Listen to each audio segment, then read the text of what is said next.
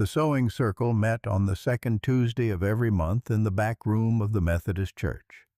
On this particular Tuesday in late October, the women of Harlan County had laid out 12 finished squares on the long table to admire and adjust before the final assembly.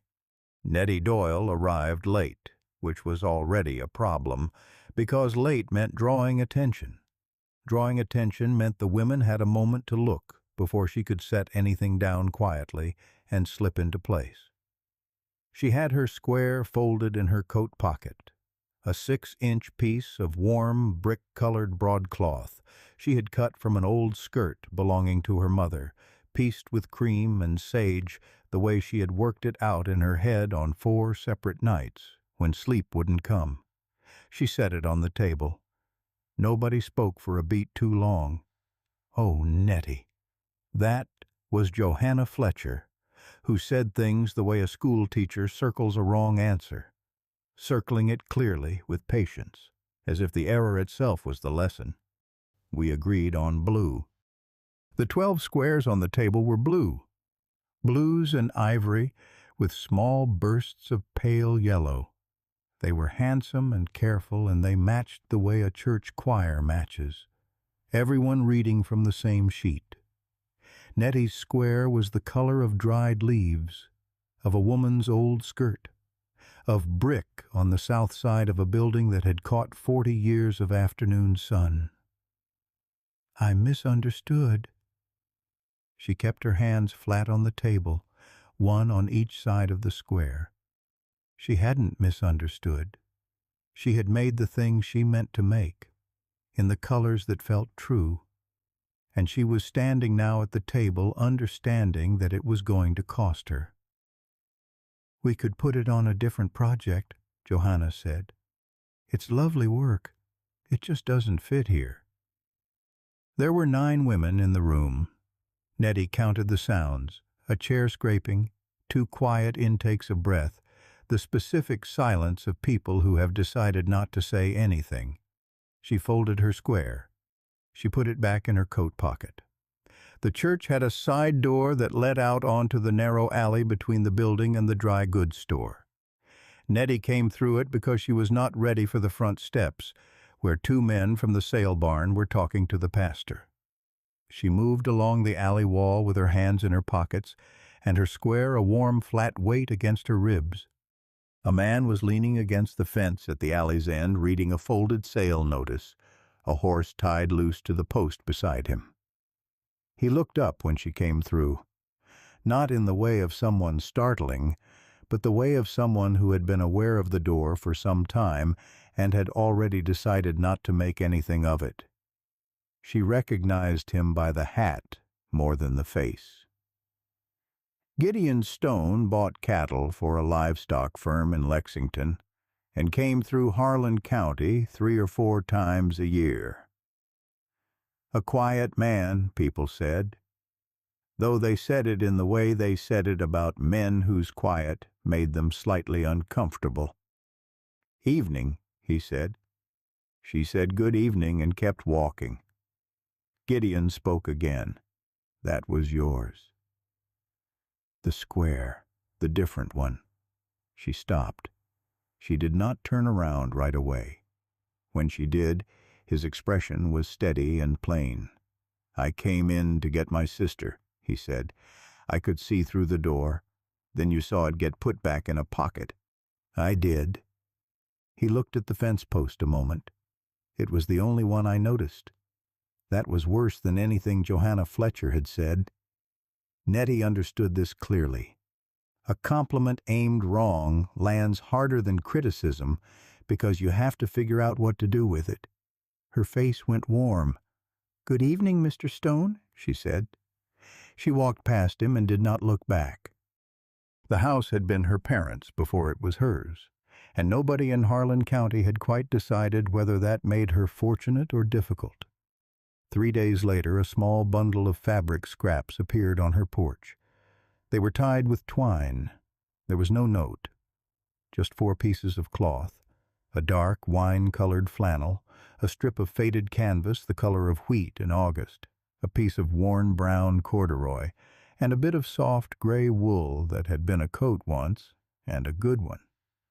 She stood on the porch with the bundle in her hands and looked up and down the road. Nobody visible.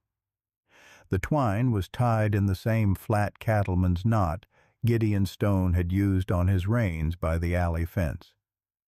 She went inside and set the scraps on the kitchen table and did not touch them for the rest of the evening. The next morning she looked at them with the light different. The flannel was a man's shirt-tail piece. You could tell by the way it had been hemmed. The canvas had a stain near one edge that had been carefully trimmed around. These were scraps in the old sense, pieces of things that had been used and lived in, that had given what they had to give and had a little left over. She made a second square. Gideon Stone's sister was Margaret Lacey.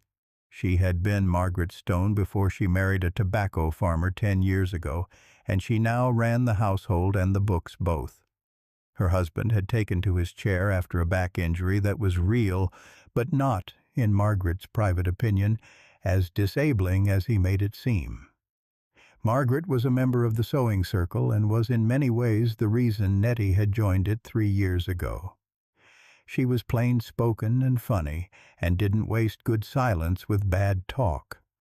At the next circle meeting, Margaret looked at Nettie's second square and said nothing for a moment that meant something. "Where'd you get that flannel?" "It came to me," Nettie said. Margaret's mouth pressed together in the direction of a smile. "I expect it did." The second square sat beside the first on the workroom table. The other women gathered, and there was a quiet that had shifted somehow from the quiet of the last meeting, less like disapproval and more like attention. The 2 squares together made something the 12 matching blues didn't make on their own. They made you feel that somewhere behind the quilt people had lived. "Well," said Johanna Fletcher, after a long look. She did not add anything to this, which was unusual and felt like a verdict. November came in cold. Gideon Stone came back through Harlan County on the 8th, which was earlier than anyone expected. He stopped at the feed store for supplies, and at the church to leave something for his sister. He stopped also at Nettie Doyle's porch. She heard the horse before she saw him.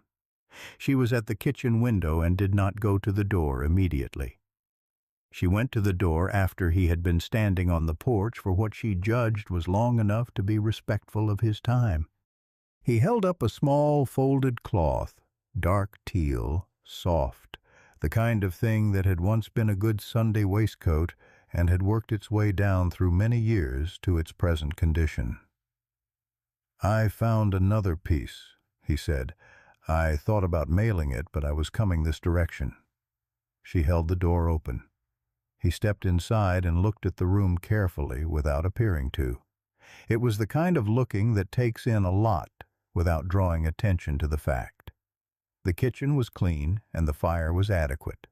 In the good room there was a quilt frame set up, the 2 odd squares pinned in place beside 8 blue ones, looking like strangers who had been let in out of the cold.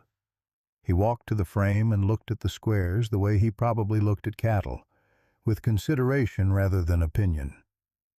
"You're keeping them all," he said. "They asked me to use only the 2 as accents. I thought that was reasonable." "Is it what you'd have chosen?" She took a moment. "It might be what I'd have chosen without help." He turned from the frame.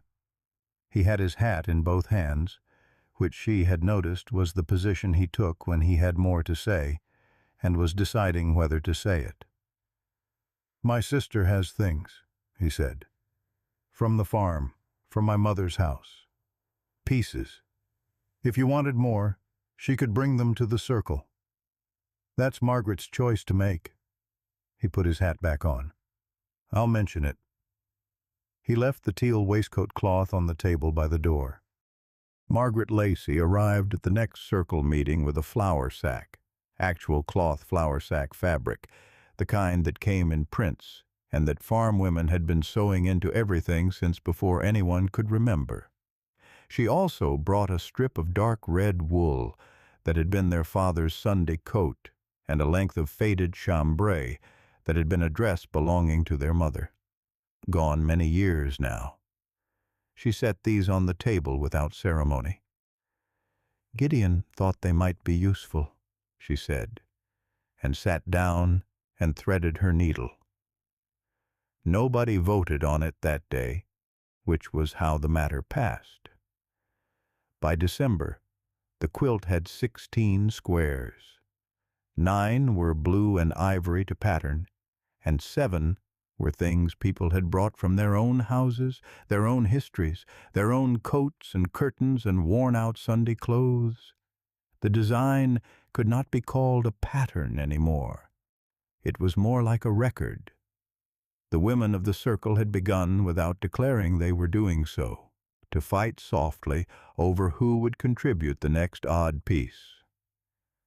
Caroline Webster brought a bit of faded rose from her grandmother's wedding dress. The school teacher, Miss Elkins, brought dark green wool from an old teaching coat she had kept for 20 years for no reason she could name. Johanna Fletcher brought nothing yet. She came to every meeting and looked at the quilt and said less and less, which in Johanna's case meant something. The storekeeper's wife, Fanny Becker, told her husband on a Thursday that the women over at the Methodist church were making the strangest quilt she'd ever heard of.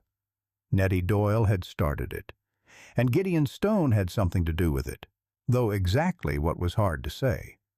Her husband said he didn't see what was strange about a quilt. Fanny told him that some quilts matched and some quilts didn't. A quilt that didn't match was either a mistake or a statement, and this one had started as a mistake and become a statement.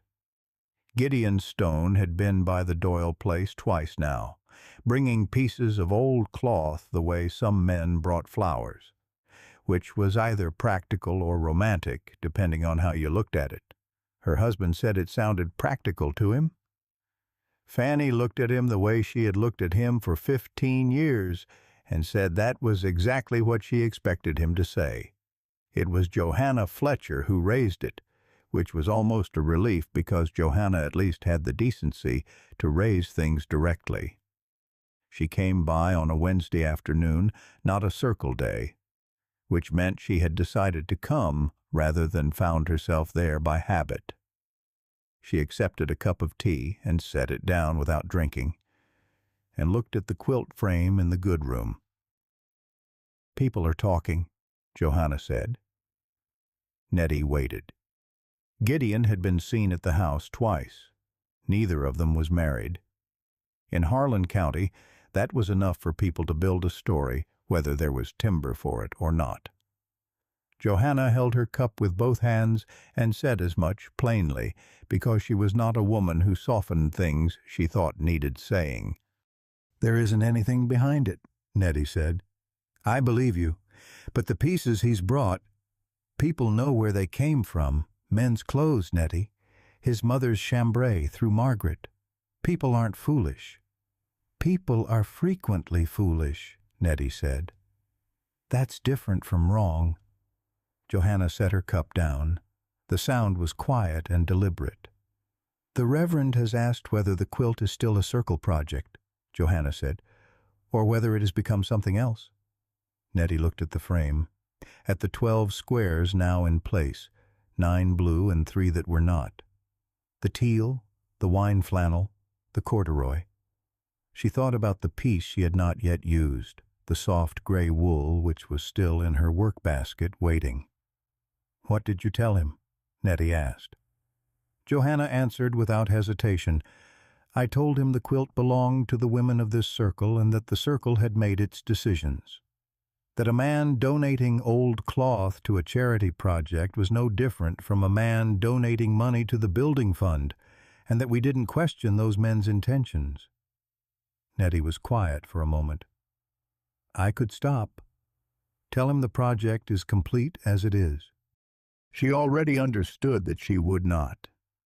If she stopped now, The quilt would become exactly what people said it was. If she continued, it might remain what it had started to be. Johanna looked at her, the specific look of a woman assessing whether another woman is serious. "Is that what you want?" Nettie did not answer immediately. She looked at the quilt frame, at the gray space waiting in the fourth row where she meant to put the last piece. "It's a record of what people kept," she said.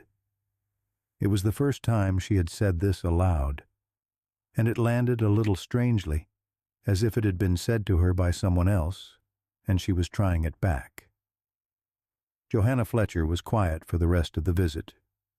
When she stood to leave, she looked at the frame once more, and at the gray square of wool still in the work-basket, and at Nettie standing beside it. "Continue the project," she said. That was all. She left her tea half-finished on the table, which Nettie chose to take as a gesture of haste rather than disapproval. By the following Sunday, she understood it had been neither. Johanna had simply run out of things to criticize and couldn't find a comfortable way to say so. Gideon Stone came back through Harlan County in January, which was unusual. He generally stayed closer to Lexington when the roads were difficult. He stopped at the Doyle place on a morning when the temperature was low enough that his breath showed white and the fence posts had ice along their upper edges. Nettie was splitting kindling in the side yard. She did not stop when he rode up because the kindling was wanted. He tied his horse and without asking picked up the second hatchet, which was leaning against the wood pile, and began splitting from the other end of the block. They worked like that for the better part of an hour. The pile grew. When it was sufficient, she straightened and looked at it with satisfaction, and looked at him with considerably more caution. "You didn't need to do that," she said. He set the hatchet down. "The piece I sent in November. The teal. Did it go in?" "Fourth row, second from the left. Margaret's chambray is next to it." He looked at the house rather than at her. "I've been thinking about the quilt," he said. He said it in the manner of a man who had been thinking about considerably more than a quilt. "What it is, I mean. What you made it into." She waited. "It's a record of what people kept, not what they bought new. What they kept." She had not thought of it in those words. She had thought of it in feeling rather than in words, but the words, once said, fit what she'd been feeling so precisely that she felt briefly seen in a way that was both welcome and unsettling. "Yes," she said, "that's a good thing to make." She looked at the woodpile. "Come in and get warm before you go." He came in. The quilt was finished in March, 22 squares in all, no two alike except in the quality of the work. Everything sewn well, everything that had been worn out before being cut into something worth keeping. Johanna Fletcher had finally brought a piece, a length of dark navy from her late husband's uniform coat, folded carefully and set on the table without a word. Nobody acknowledged it directly. That was the right thing to do. The circle held a small supper to mark the finishing. The quilt was hung over the back of a long pew so everyone could see it properly. Nettie's original brick and sage and cream square sat in the center, which was not where it had been planned. It had moved there over the course of the project the way certain things move to the center of their own accord, by being returned to often enough. Gideon Stone came to the supper. He came, he said, because his sister had asked him to carry something over. This was true. The something was a covered dish, which Margaret had made him transport across a cold road with the specific instruction that he was not to let it tip. He set the dish on the table and stood at the back of the room with his hat in his hands and looked at the quilt. Margaret looked at the center square and said nothing at all, which from her was nearly applause. "Mr. Stone." He turned. Nettie Doyle was standing at his elbow with a cup, which she held out to him in the direct, no-ceremony way she had. "There's coffee," she said. He took the cup. They both looked at the quilt. "That's yours," Gideon said. "In the center." "It was a committee decision. I was outvoted." "You went along with it?" "I was persuaded," she said. He drank his coffee. She stood beside him and watched people move around the quilt, reaching out to touch pieces they recognized. A hand on the chambray, a finger tracing the navy wool, a child pressing her palm flat against the brick broadcloth in the center, as if testing whether it was warm. "I'll be back through in April," Gideon said. It was a statement of schedule. The way he said it meant slightly more than schedule, though not by much. Enough to be acknowledged, not enough to require an answer if no answer was wanted. She looked at the child, who had moved away from the quilt now and was looking up at both of them with the plain assessment children perform on adults in proximity. "There's a loose board on the porch," Nettie said. "I've been meaning to see to it." "I could look at it when I come through?" "That would be practical," she said. The child went to find something to eat.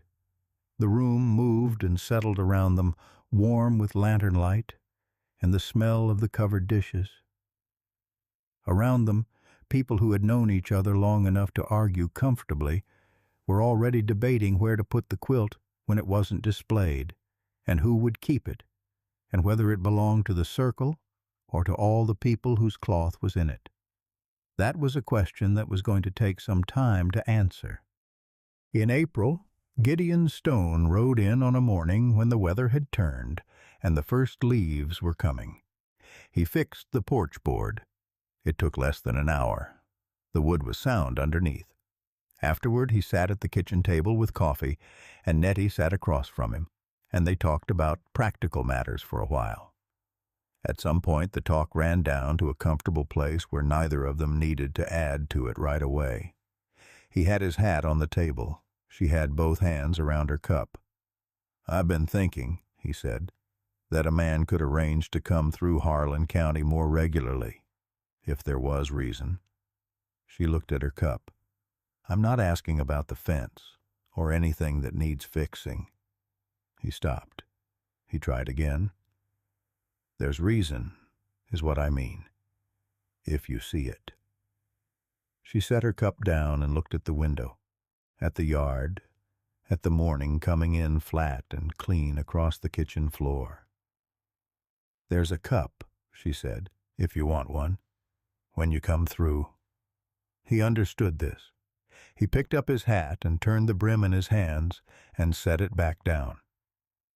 "Then I'll come through," he said.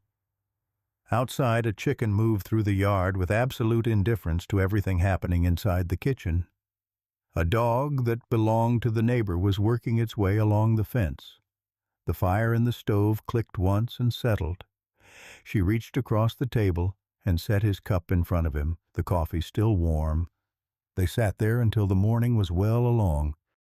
He came through on the first Saturday of May, and then the first Saturday of June, and then without anyone deciding it was to be so, on most Saturdays after that. He repaired the gate latch in May and helped rehang the barn door in June, and in July brought a load of fence posts that the place genuinely needed, though he had been looking for an occasion to bring them since April. The visits were not secret. Nothing in Harlan County stayed secret past a second occurrence, and these were on the 3rd and 4th and 5th, before summer was fully established. Fanny Becker told her husband. He asked if it still seemed practical. She told him that was no longer the relevant question. Margaret said nothing directly, which was its own form of commentary. She had the look about her of a woman who had done something useful and was allowing it to settle without drawing attention to the doing. Johanna Fletcher passed Nettie after church one Sunday in late June, paused, and said, "He's steady." Then she walked on. It was the whole of what she had to say on the subject, and it was enough. On a Saturday in late August, Gideon came earlier than usual and stayed on the porch after the work was done, looking at the yard in the way a man looks at a thing he is trying to find the right words for. Nettie brought out 2 cups and set one beside him and waited. "I'd like to ask the Reverend," Gideon said, "if you're willing." She looked at the yard. He kept his hands on his hat. "Not to come through any more. To stay." A late summer morning, the air already carrying the first suggestion of change. The garden still green but quieter than it had been a month before. She thought of the quilt, finished now and folded in the cedar chest in the good room. She thought of the cup she had just set down beside him without being asked. She picked up her cup and held it in both hands. "I'm willing," she said. He put his hat on. "Then I'll go speak to him this week." He left on good terms and came back on Wednesday with the date set, the 3rd Saturday of September, at the Methodist Church, which was the same church where a wrong-colored square had once been folded back into a coat pocket with 9 women counting the silence. The wedding was small, which suited them both. The Reverend kept it plain. There were perhaps 30 people in the pews, which in Harlan County was not small so much as select. Margaret sat in the 2nd row and did not cry, but her hands stayed folded too carefully in her lap for the duration, which amounted to the same thing. The quilt hung at the back of the sanctuary. This had been Margaret's doing, arranged quietly in the week before, and nobody had objected when it went up. Not the Reverend, not Johanna Fletcher, not the women who had brought their own cloth to the project, and now saw it on the wall on a different kind of occasion than any of them had planned for. It hung the way things hang when they have earned their place, without apology, without explanation, simply present. Nettie's original square was in the center, brick and sage and cream, the color of dried leaves of an old skirt, of 40 years of afternoon sun on a south-facing wall. No longer wrong, no longer debated, just the center, where it had ended up by being returned to often enough. They moved into Nettie's house, which had already learned the sound of his boots on the porch. He brought what he had, which was not a great deal, but was solid and useful and included a good stove. She made room for it without ceremony, which was the way she made room for most things. The quilt went on the wall of the sitting room, where the morning light from the east window reached it first. In October, when the sewing circle met again on its 2nd Tuesday, Nettie arrived on time. She sat at the table with the other women. There was no square in her coat pocket and no particular tension in the room, and the work that needed doing was done in the ordinary way of things. Afterward, walking home through weather that had finally turned cool, she could see the lamp already lit in the window. Gideon was in ahead of her. The stove would be warm. There would be coffee if she wanted it, and the quilt on the wall and the square at the center of it catching what light remained. She went in.